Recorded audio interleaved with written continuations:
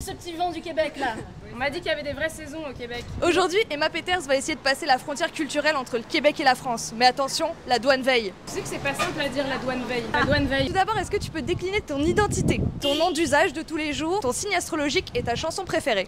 Ah ouais, carrément, ça chauffe. Je m'appelle Emma Peters, c'est mon nom d'usage de tous les jours.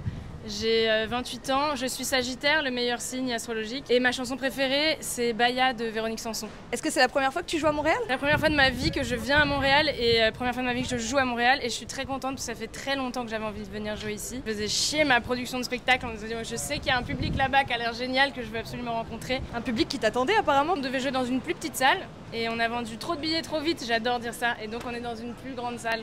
Je me la pète un peu, mais je suis très contente. C'est quoi la première chose que t'as faite en arrivant à Montréal? On allait dîner et la première chose vraiment que j'ai fait le lendemain, c'est manger une poutine. Je regrette encore, j'ai trouvé ça délicieux, mais ça fait 3 jours qu'elle est toujours un peu dans le bide. J'ai été conquise à la banquise, j'ai trouvé ça délicieux vraiment, mais par contre vous êtes des malades quoi. Enfin c'est impossible, j'ai mangé un quart du plat qui était la petite portion. Quand t'es arrivée, est-ce qu'il y a une expression québécoise qui t'a déstabilisée? Hier on était chez Sephora, on cherchait des petits trucs, maquillage et tout, et il y a un gars qui nous dit vous devriez absolument tester, il y a des nouvelles huiles pour les lèvres, c'est écœurant. Tu sais, tu viens d'arriver dans le magasin, tu te dis bah je sais pas si je vais aller les tester tes huiles. Et donc j'ai compris que c'était en fait très positif chez vous. Donc j'espère qu'on va me trouver écœurante ce soir. S'il y avait un artiste québécois avec lequel tu voudrais collaborer, ça serait qui? Quand j'étais petite, j'écoutais beaucoup Ariane Moffat. C'est une resta de ouf. C'est une méga resta. Et bah je pense que du coup pour mon moi petite, ça me ferait très plaisir de chanter une chanson avec Ariane Moffat. Et si tu faisais une cover d'une chanson québécoise, ça serait laquelle? Bah il y a une chanson qui me fait beaucoup rire qui s'appelle Ma vie c'est de la marde. Ma vie c'est de la marde. Sinon j'adorerais être capable de chanter du Céline Dion, mais c'est vraiment pas dans mes cordes. Vous êtes très technique hein, en termes de chant et de voix ici. Ah ouais? Ah oui, bah oui. Vous avez toutes les plus grandes voix quand même. On est dans une tornade. Est-ce que t'as un rituel avant de monter sur scène? Je me chauffe la voix, ce qui est nouveau.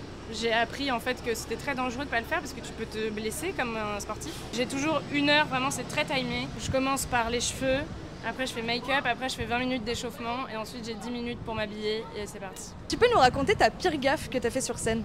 Je pense que la pire gaffe c'est que j'ai leaké le surnom de mon pianiste, donc je vais pas le reliquer.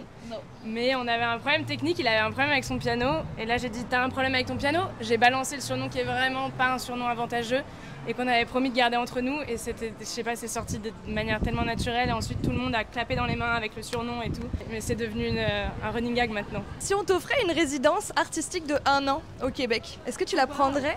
Est-ce que tu irais en campagne ou en ville? Je pense que je la prendrais si c'est offert. C'est offert, c'est cadeau. C'est offert, c'est cadeau, je la prendrais et j'irais plutôt en campagne. Ouais. Moi je suis une meuf de la campagne, hein. J'ai grandi dans une ferme dans le nord de la France. La ville, les buildings et tout, je trouve ça beau, mais c'est pas mon élément, tu vois. Qu'est-ce que t'amènes toujours avec toi en tournée dans ta valise? J'amène toujours mes bagues dans ma valise, obligée. Bagues et tout ce qui est bijoux d'oreilles et tout ça. Mais vous verrez ce soir si vous venez me voir. Est-ce qu'il y a un bagage artistique que t'as toujours eu avec toi et que t'as jamais voulu poser? Ma guitare.